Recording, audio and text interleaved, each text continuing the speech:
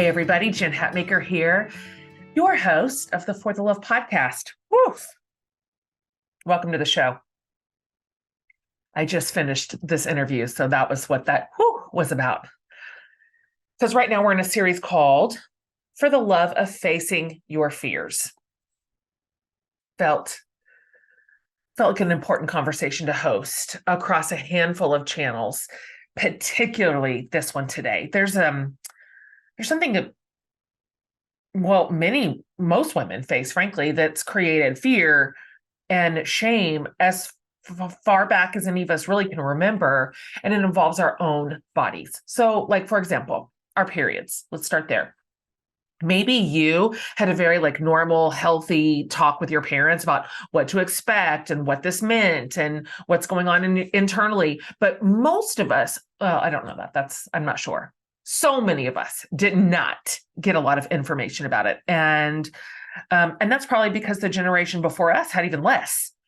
So that change in our lives as a teen or preteen for a lot of us was accompanied by surprise or fear or even shame. And then, for women, there's still so much mystery shrouded in our reproductive systems and what we can rightly and normally expect to encounter throughout the different decades of our lives, through childbearing years, all the way to menopause and beyond. And then you compound it with stigma that is layered on, sometimes by religious structures, sometimes just by cultural conversation, sometimes by patriarchy. And I mean, you have a recipe for pretty severe cognitive dissonance around our own bodies, which is sad and unnecessary. And of course, let's be fair, in some cultures and countries, the stigma is even stronger, so much so that women don't even have access to basic products and services to take care of their bodies. And so we are here to say we should not have to fear the normal and beautiful progression our bodies take. We should be able to talk about it with each other. We should be able to rely on good scientific information from professionals, not quackadoos, right? We should be able to trust that more research and more answers are coming all the time, and ultimately to live peacefully inside the experience of natural changes that happen in our bodies, with experts who are listening and caring for us as we go, which is why, gosh, we're so grateful for our guest today. She's made it her mission in life to open up this conversation around female bodies and our menstruation cycles and our reproductive systems and all the sort of changes that we go through. And she's also taken to the internet to, basically, I guess, fix it so that there's more good and helpful and true information from professionals out there for us to learn from. You guys get excited because today we have Dr. Jen Gunter. A ton of you already know her because she is such a leading voice around this conversation. Let's see. She's an internationally best-selling author. She's an obstetrician gynecologist, more than 3 decades of experience as a vulvar and vaginal disease expert. She's been called the world's most famous and outspoken gynecologist by The Guardian, and her New York Times and USA Today best-selling books, The Vagina Bible, and the Menopause Manifesto, which I bought 6 months ago, have been translated into 25 languages. She's the host of Jensplaining, which is a CBC Amazon Prime video series that kind of highlights the impact of medical misinformation on women specifically. She's also the recipient of the 2020 NAMS Media Award from the North American Menopause Society. Dr. Gunter's 2020 TED Talk called Why Can't We Talk About Periods? Received more than 2 million views in its first 6 months, which led to the launch of her very popular podcast on the TED audio collective called Body Stuff with Dr. Jen Gunter. Finally, she's got a brand new book out that I just got a few days ago called Blood, The Science, Medicine, and Mythology of Menstruation. And of course, she also writes the popular Substack newsletter called, you guys, The Vagina. I just wish I'd have come up with that. So she talks about her own personal experience with her body and with her health and with pregnancy, and how that has fueled her passion to fix the medical internet. You guys, she's smart, she's direct, she talks plainly, she debunks junk science. She's just a relief in a conversation that is sometimes shrouded in confusion. I was hanging on her every word, and I think you will too. So I am delighted to share this conversation with the incredibly knowledgeable and passionate Dr. Jen Gunter. Well, lucky us today. I'm so happy to meet you, Dr. Gunter. Thank you for being here. Thank you for who you are in the world. Your message and your expertise is so necessary and good right now. So thank you for being on this little show. Oh, well, thank you so much for having me. So I've told my audience a little bit already about you and your work, your very impressive credentials.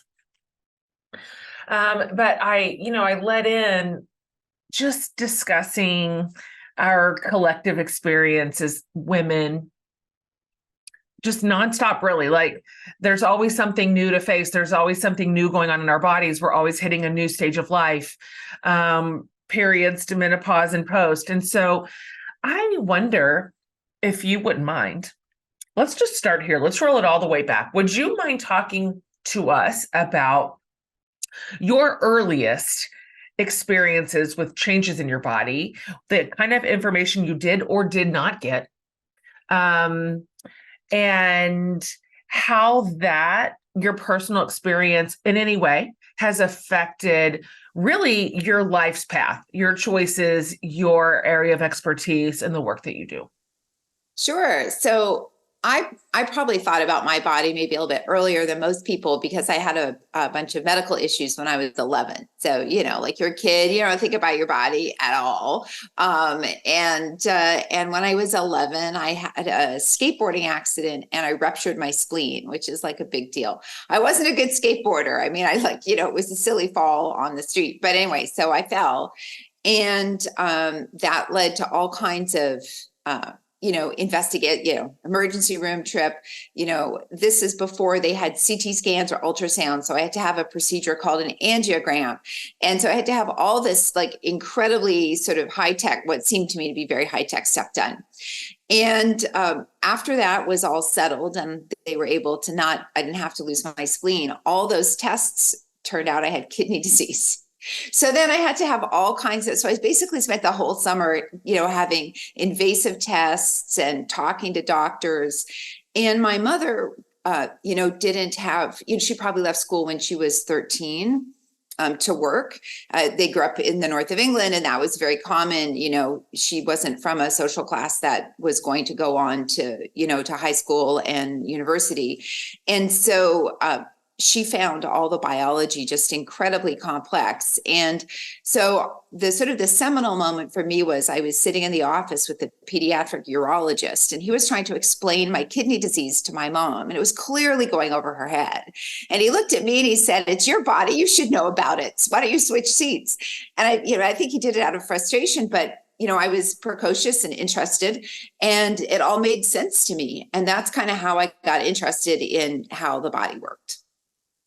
So what did your path look like to get from there, sitting in that doctor's office, discovering autonomy over your own body at that age, to now, where you got to how you got to where you are now? Well, so then, I ended up having to have a kidney removed, and I had, again, more tests and all kinds of stuff. And then I was fascinated with medicine because, I was at that point 12 and I looked 20, and people treated me like I was 20, which is probably not good, but for me it was. And, I just thought, wow, this medicine is like super cool. I really like this. And so that's when I decided I was going to be a doctor, because I just thought this was really interesting and neat.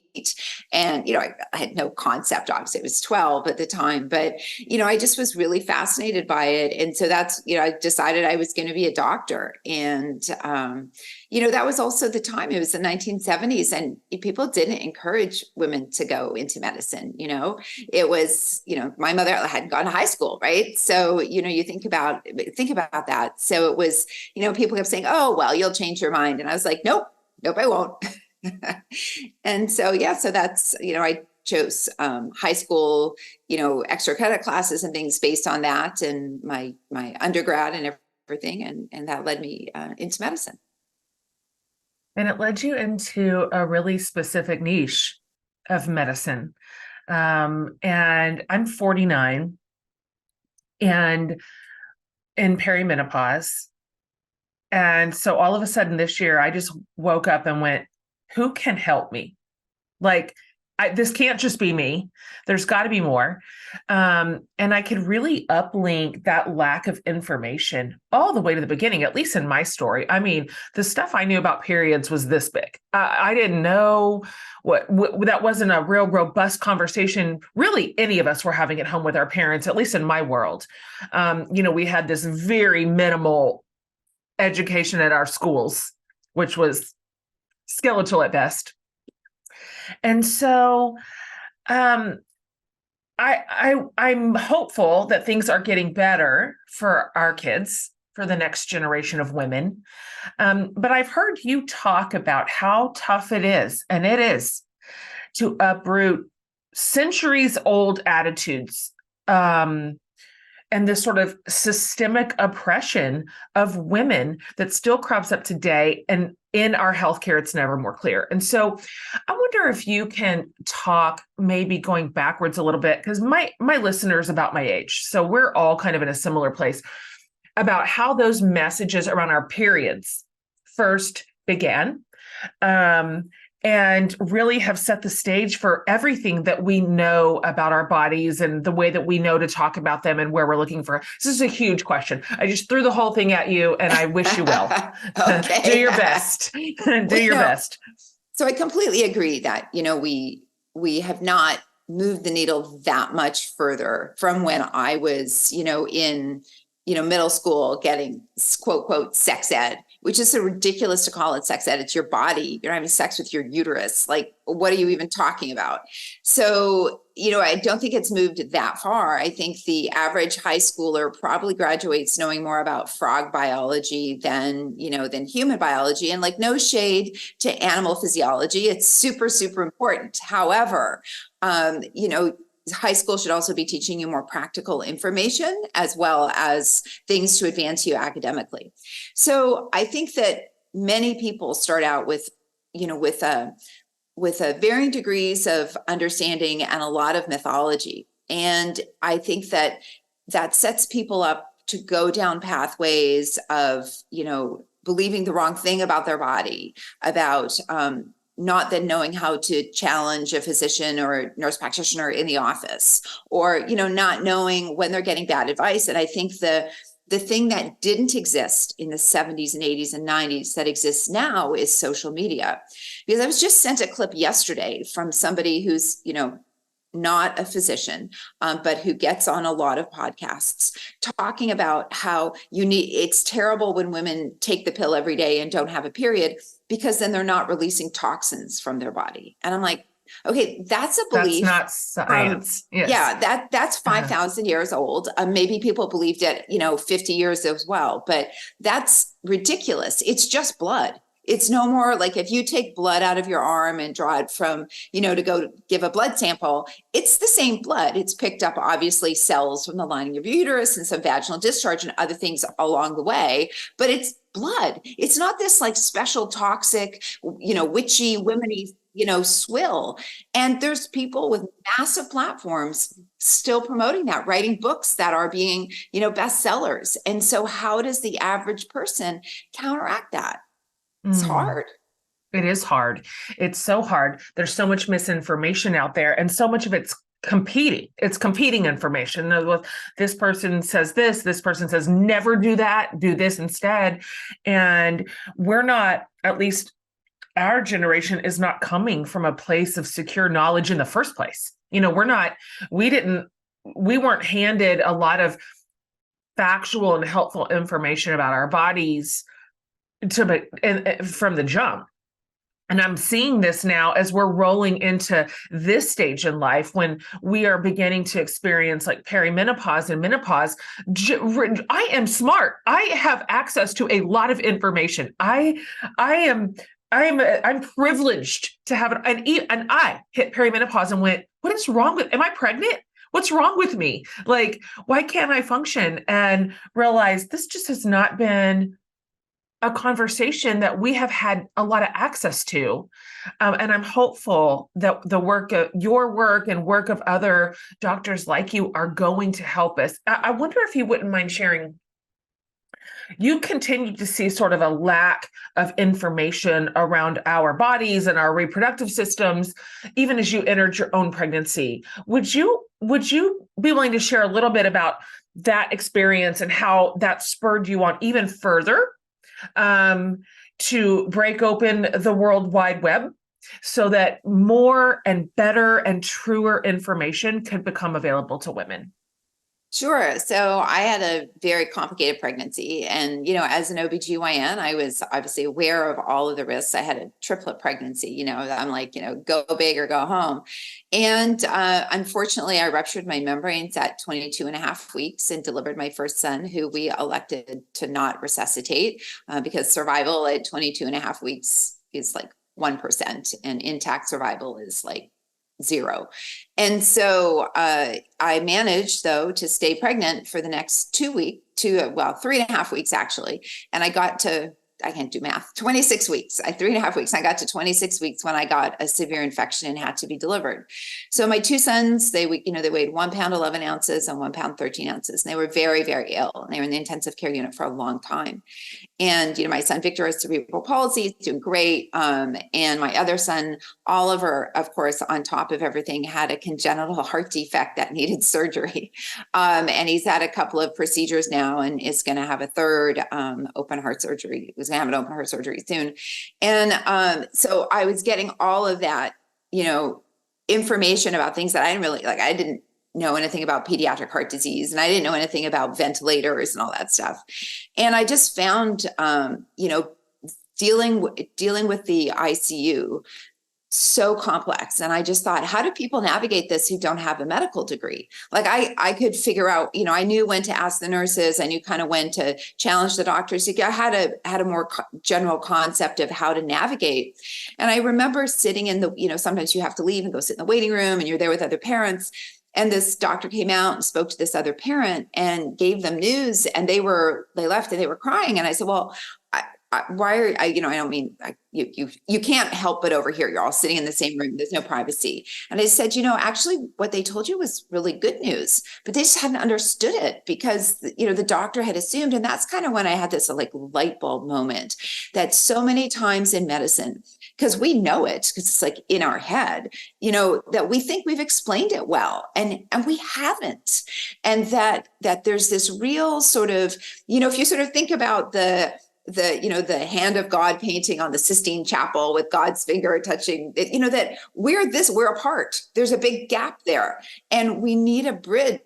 And, getting everybody more information about their bodies is a way to do that. I mean, obviously we need to teach doctors how to communicate better, but that's changing medical school curriculums is a slower process than getting the knowledge out to people. And people deserve to know how their body works. So after that sort of prematurity experience, I decided to write a book on prematurity. And I did, and it's called The Preemie Primer. And then after that was done, I was like, you know what? I bet the same gap exists in my own backyard. Wow.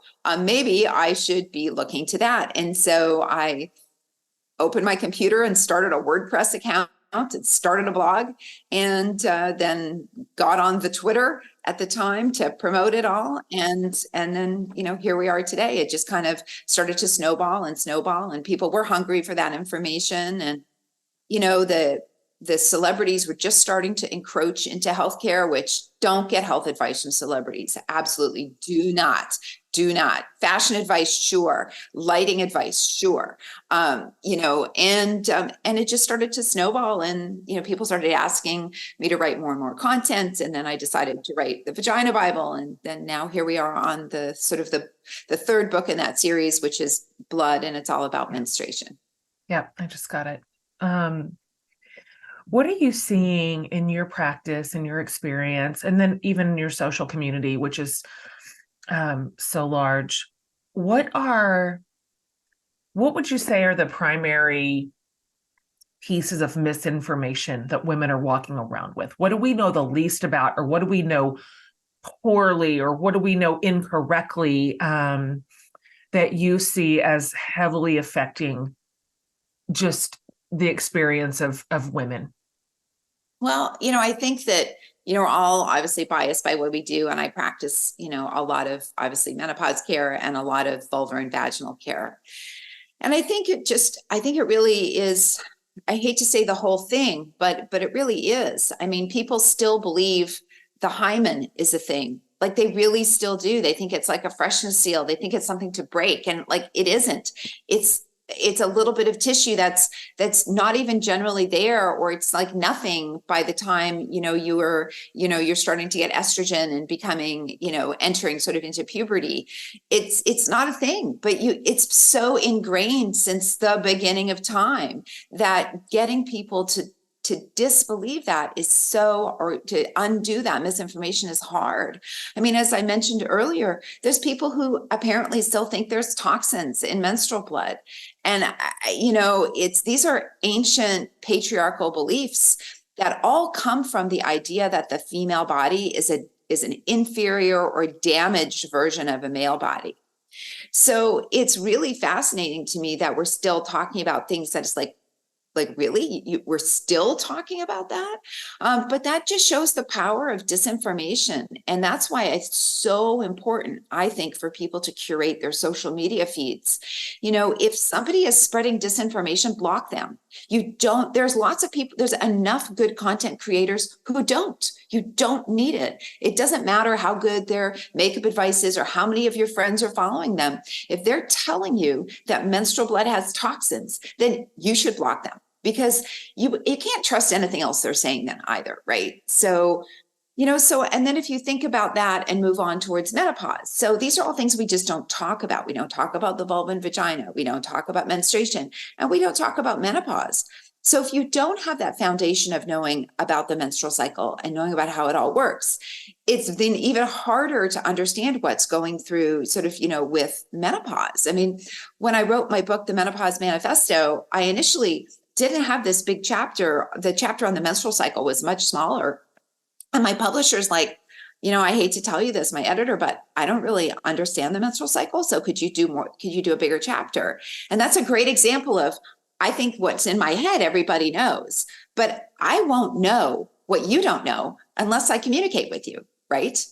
So, so that was, again, one of these other moments, like and I try to put myself in the position, I don't know anything about cars. Like, they freak me out. I just don't know. And when I go to the dealership and they're like, doing the service and they start talking about like some car part and what needs to be like replaced, I like freeze up. I freeze up because I've heard the words. I know what a spark plug is. I've heard about a spark plug. I know about like a fan belt. I've heard those words, but I don't really know what any of it means. And so I freeze. And then I'm just find myself going, and then I'll leave and I'll go, I have no idea what I just paid for. And I think that that's probably a very similar experience to a lot of people sitting in the doctor's office. Great example. And also this sense like, I should understand this. I should already know this. So I'm going to nod, but I really do not have a good grasp of this. I really would love to hear you talk about menopause for a few minutes. Obviously, this is one of your areas of expertise, and you are right. Fortunately, I guess this conversation is on the uptick, or maybe it's because I'm looking for it. I'm not sure which is which, but I feel like we're having it more. But perimenopause took me by surprise, which is silly. How could that possibly take me by surprise if I'm paying it all attention? And so I'd like to hear you talk about your experience with the onset of menopause, with your patients, with your community, what we don't understand correctly. Why is there still stigma attached to this? And I felt like I've been now through a handful of stages that have to do heavily with my body. And I felt like I had just a barrage of information when I was pregnant. Now that was everywhere. I couldn't escape everything to do with my body, pregnancy, babies, childbirth, lactating, nursing, all. Here at menopause, it's like crickets. I bah. So I appreciate your investment in this conversation, and I'd love to hear you talk through your experience and your observations here. Well, I'd just like to back up a little bit and say, you know what? Most people are also unprepared for puberty, but you just don't remember yes, that. You're so right. Right. You are so right. You wake up and you have this greasy skin that you never had before. And then all of a sudden you're like 3 inches taller and you're tripping and your body is just like weird and your clothes don't fit. So I always like to remind people that actually you've been through something like this before and you were probably as unprepared and as freaked out. And you might have known that periods were coming and part of it, but you were probably unprepared for the experience of wearing a bra and unprepared for all these experiences. Right.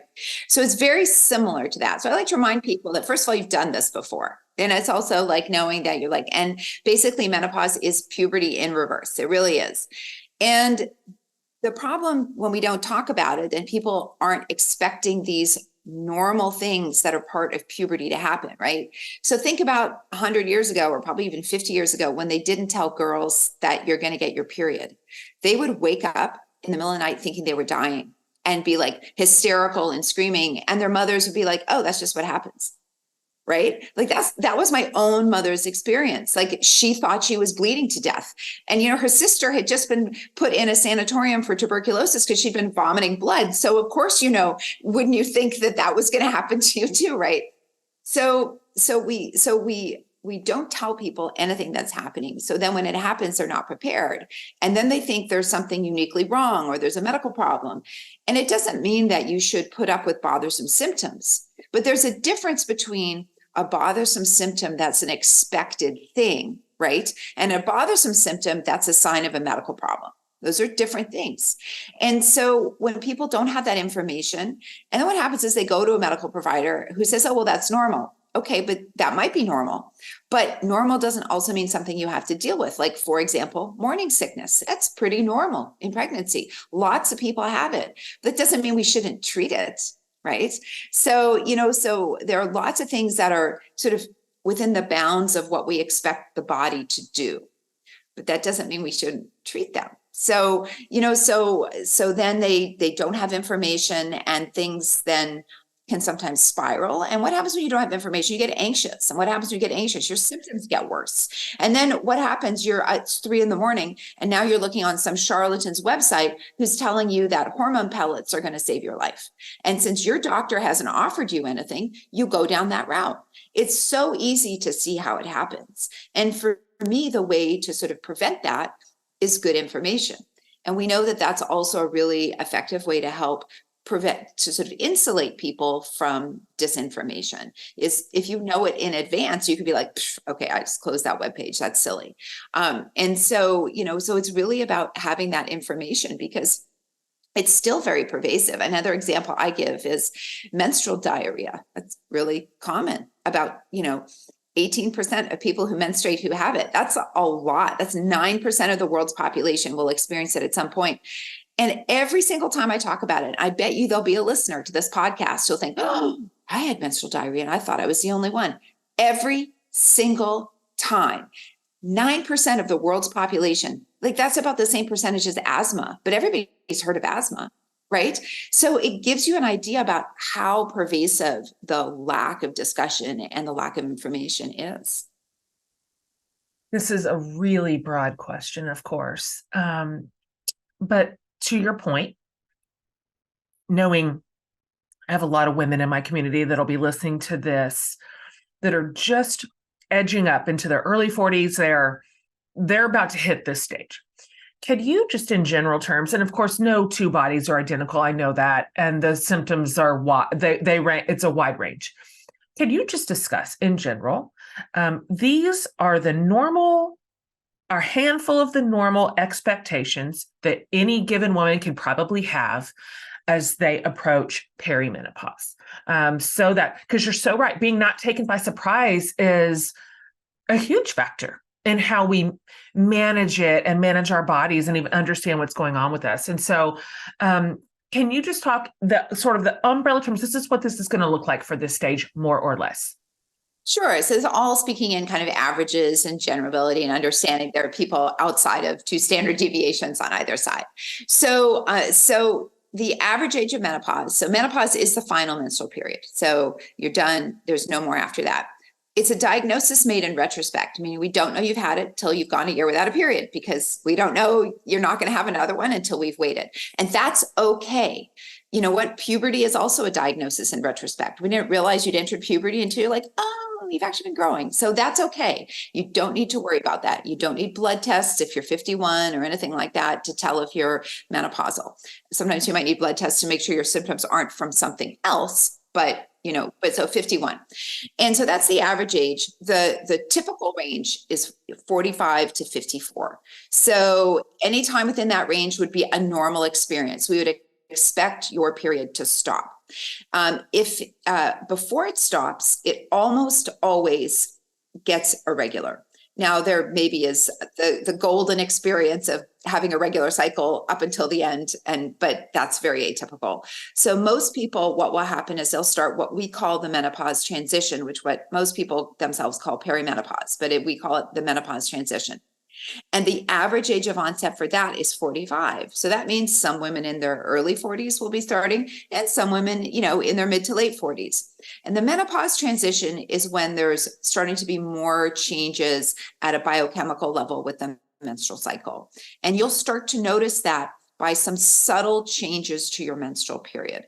So some people notice a shortening first, so kind of like every maybe 21 to 22 days. That doesn't happen to everybody, but that's what happens to some people. And then the cycle will lengthen a little bit. So maybe it'll be like, you'll have instead of a 30-day cycle, you'll have like a 35-day cycle. But that might happen for 1 or 2, and that might go back to your typical for a few months.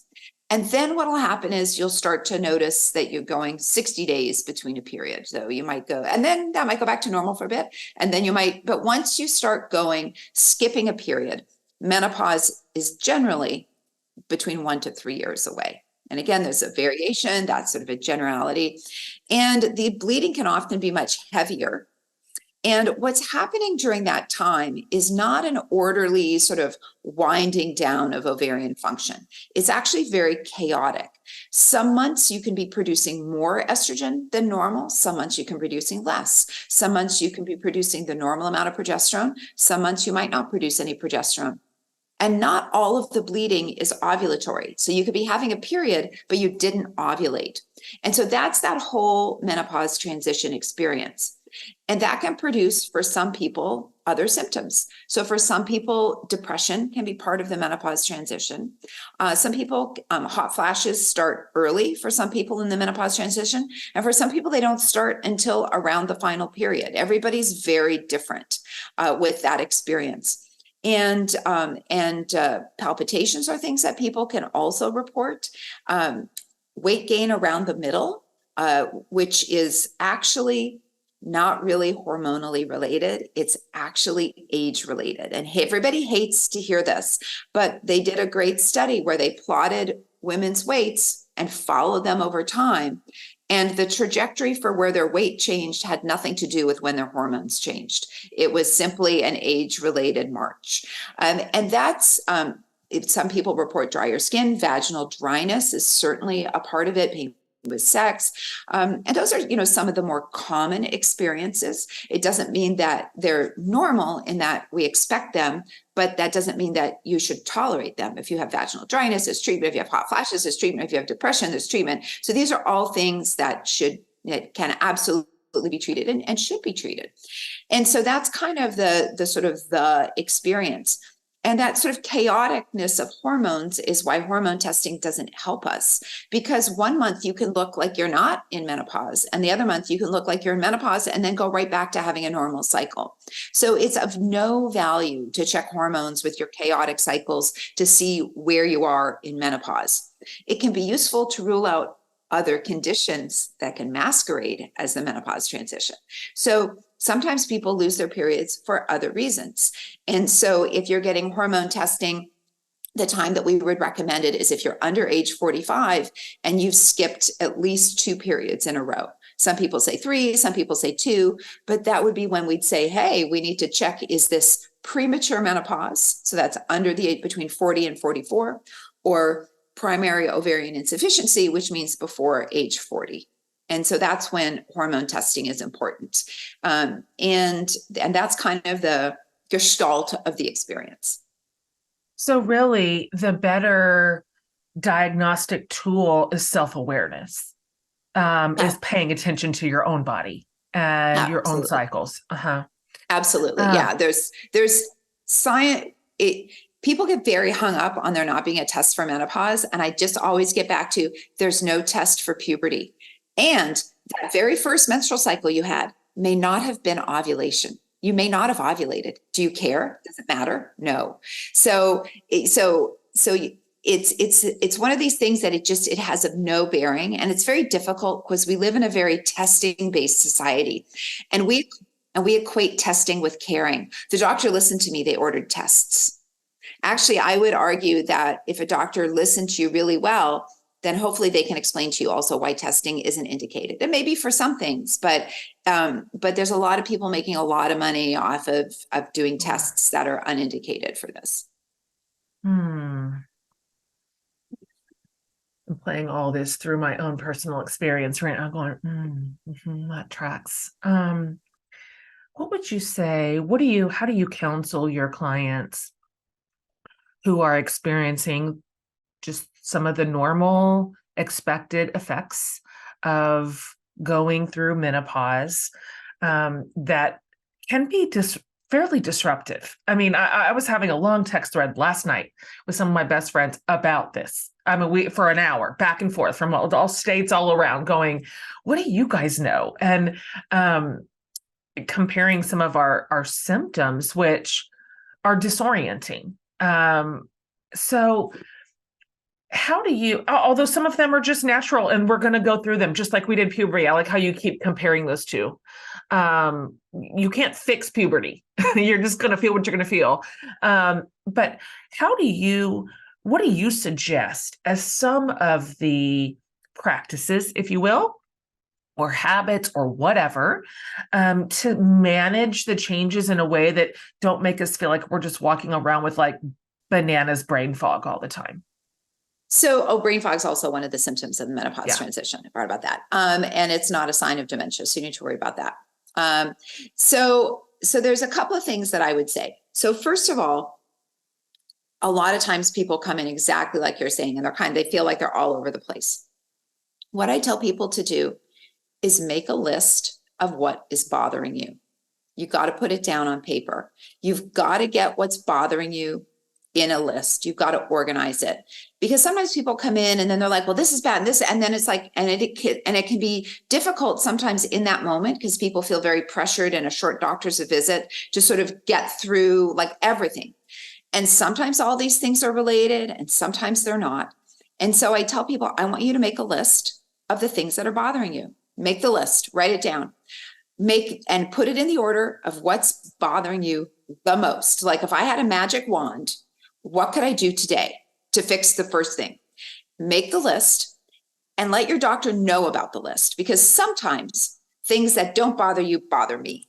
So for example, if you were 50 and having weird bleeding between cycles and had other risk factors for endometrial cancer, I'd be more bothered by that bleeding probably than you are, because I'd want to rule out endometrial cancer.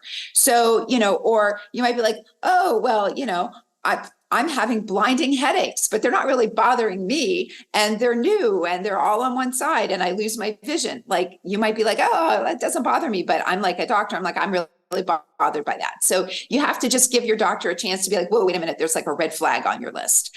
And then what I tell people is, okay, I'm going to look at this list. We're going to start with the first two. That's it. You can't treat 12 things at once.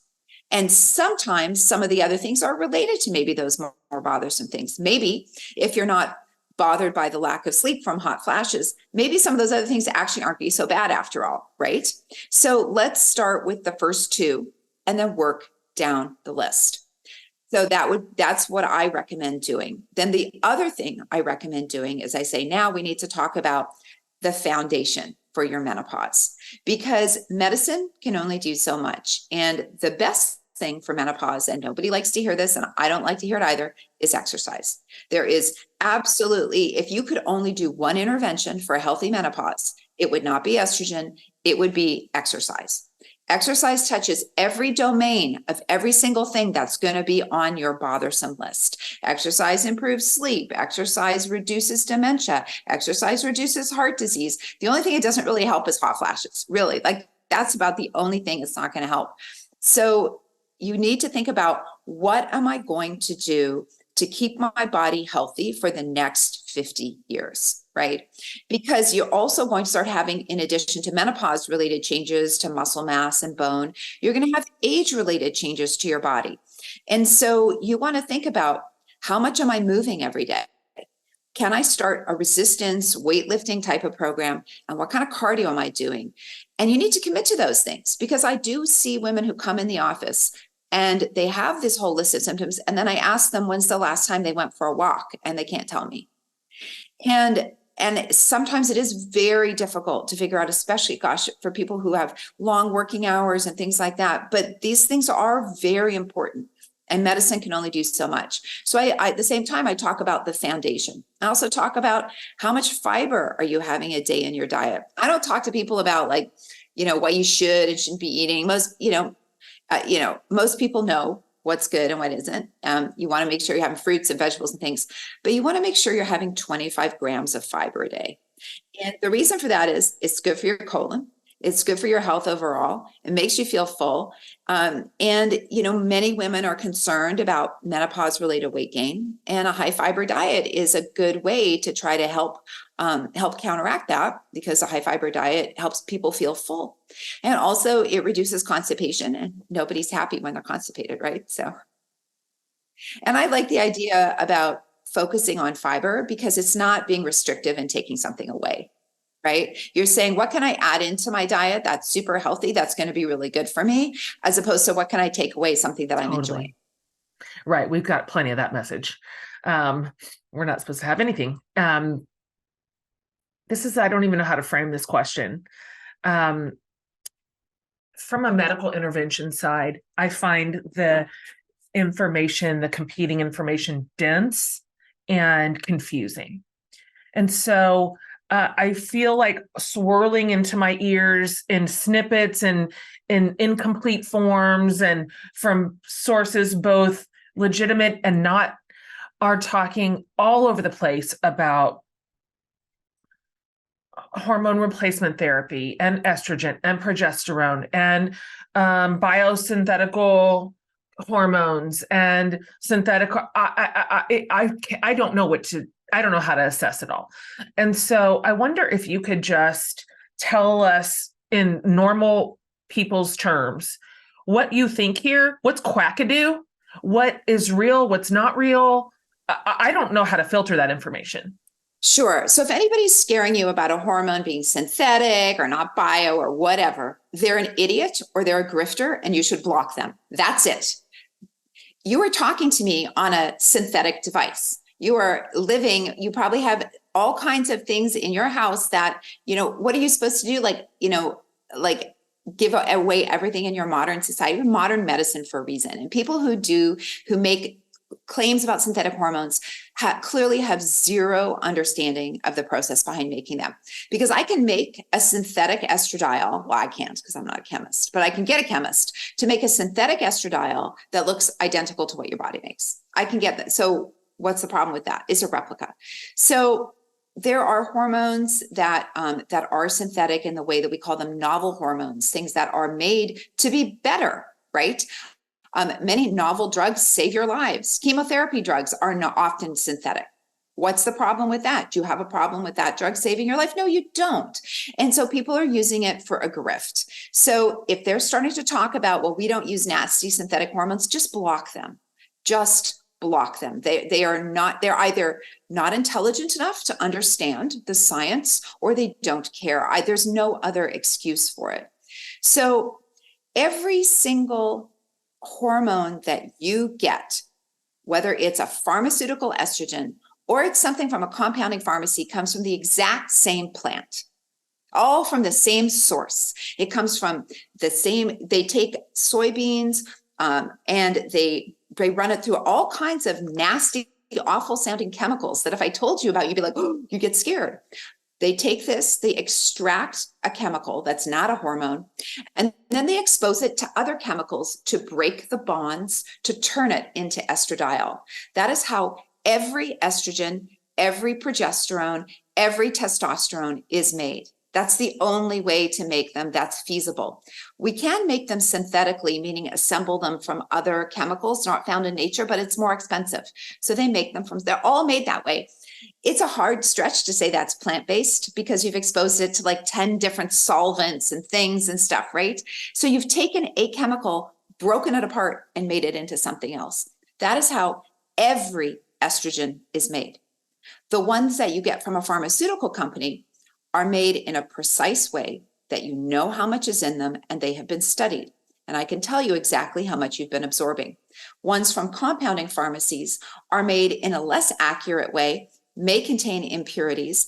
Many of these pharmacies have had warning letters from the FDA, and I have no idea how much you're getting absorbed. So which product do you want? Do you want the one that is like having a gas tank with an accurate read on it, or do you want the one that has a non-functional gas tank? You want to know what's going in your body.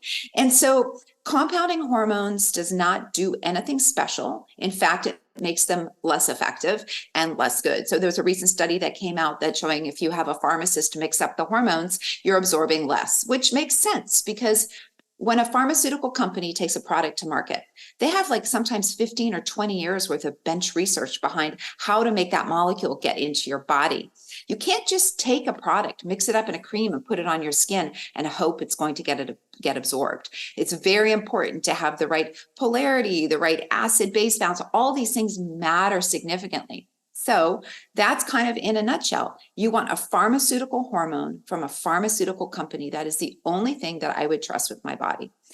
If somebody only has hormones for you and they don't give you other options, that's also not a menopause expert, because a menopause expert will talk to you about everything. Now, there may be a better option for you, but you know what? Sometimes people hear the whole spiel about hormones and they're like, I want to take that other medication. And you're like, okay. And you give them that other medication because that's informed choice. You give somebody all the information about all the options. So I would be very worried about people who only talk about estrogen. It is the gold standard for hot flashes, absolutely. But not everybody wants it. Not everybody likes how they feel on it. And these are important considerations. You want to be able to know that there are other medications that can be used for hot flashes.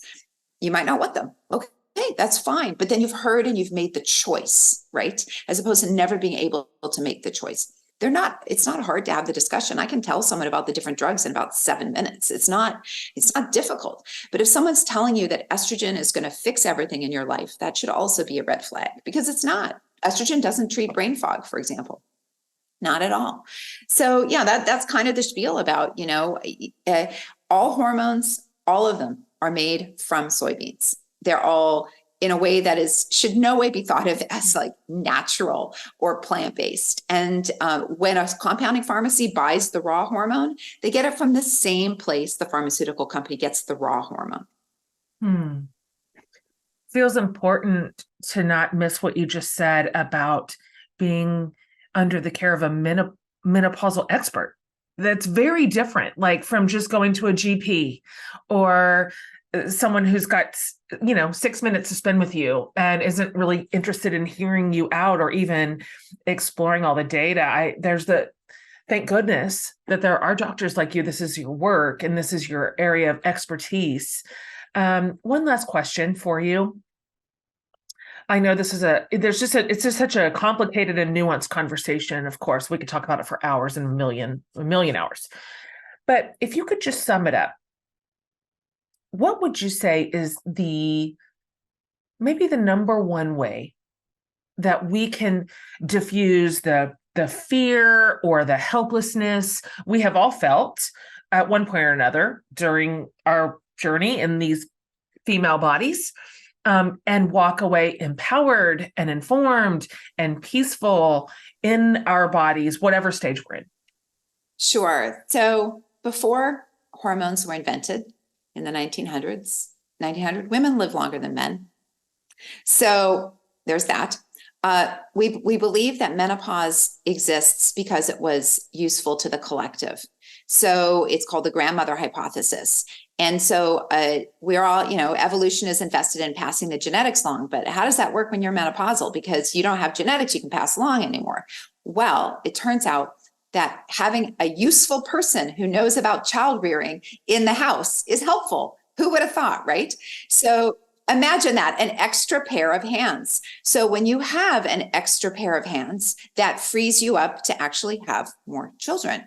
So studies have shown that, that when, for example, there's studies with the Hadza in Tanzania, and when there's a grandmother in the house during pregnancy and breastfeeding, she's spending 37 hours a week foraging for food. She's providing the bulk of the calories for the family unit. Wow. Don't you think, if you think about if you were pregnant or breastfeeding and you had someone doing all the food collection and all the food prep for you, you'd be like, whoa, this makes my life so much easier, right? Like, right? So the idea that menopause is irrelevant, the idea that women have no value after menopause is a patriarchal construct that is not based in science. And that this is the wise woman hypothesis. And, there's a reason why in all of literature, there's this crone archetype, who's this like a knowledgeable woman. And this is what we have. So I would say that menopause is another phase of life. Unfortunately, women get to have more problematic phases of life. We bleed and we go through puberty. We have to deal with pregnancy and we have to deal with menopause. And there are terrible repercussions from a patriarchal society not taking those seriously, right? So that's all there. But anybody who tells you that you're lesser because you're in menopause, anybody who tells you these things, they're the one who's in the wrong. That there is all of this strength. We are standing on the shoulders of all the women before us who were these wise women who guided society in many, many ways. They guided families. And that's been oppressed out of us by the patriarchy. And I think it's really time for us to claim that. And people are doing that in all different kinds of ways, by having more knowledge, by passing knowledge along, by talking about menopause, by seeing incredibly successful women who are clearly menopausal, right? Like, I love to see, some woman like in her 50s or 60s or 70s, like top of her game, just like ripping someone apart on we need to show that, we have this, we are valuable through our whole lifespans. And you're more than your menstrual cycle. And I'll just end with, you're awesome, whether you have estrogen or not. It has nothing to do with your awesomeness. Yeah. It really doesn't. That's right. I'm going to collect everything about you, all your work, all your books, all your links, all your social handles, link to your news, everything for my listeners. I'll round that up, you guys, in one spot for you. You're a voice I listen to intensely right now, and I'm so grateful for it. Absolute final question. Everybody gets this every series, no matter what. Please answer this however you want. It can be like earnest or absurd. What is saving your life right now? Oh, this is a terrible thing. Onshore. The meal replacement drink. Of course. I've actually been quite ill. I don't know what I had, maybe COVID. I tested negative. Anyway, but I was in the hospital with dehydration, Yeah, and I have terrible. It's left me with terrible gastroesophageal reflux. And the only thing I can really tolerate right now is our like is onshore meal replacement drinks. So Oh go my gosh. science. Go. So I'm So like you're just better drinking living them hand over science. fist. Basically, yeah, because you got to get your protein in. That's super You do. important for menopausal women. You got to have your protein. That's the other thing to make sure you're adding in besides fiber. Protein and So fiber. yeah, so Onshore has, I feel like an ad. I'm not sponsored by them at all, but Yes. it has 30 grams of Yeah, protein for 150 calories. Like, how can you beat that? So you can't. you can't. So And anyway, you that's, have been drinking it on this very show. yeah. So So, you are telling the truth. so it is like a literally, yes, right now, literally answer that very literally. Yes, you did. It's perfect. Thank you. Thank you for being on here today. Thank you for answering my questions and for just talking to us so plain and so directly. It's such a relief after getting such like obscure, dense information from so many sources. So, okay. Delighted to have met Thank you. you. Nice to Thank meet you, you Dr. too. Gunter. You're welcome. Thanks. Bye-bye. All right, you guys, as mentioned, I will round up everything. You're going to want access to everything that Dr. Gunter is doing and talking about and writing about. So if you go to jenhatmaker.com under the podcast tab, I'll have this latest episode, I'll have the show notes, and we'll round up all the links in one spot so you can follow her and put yourself kind of under her leadership, and you will be so glad that you did. I am so happy that we are having this conversation in my community, and I'm learning so much. I learned a lot in that conversation.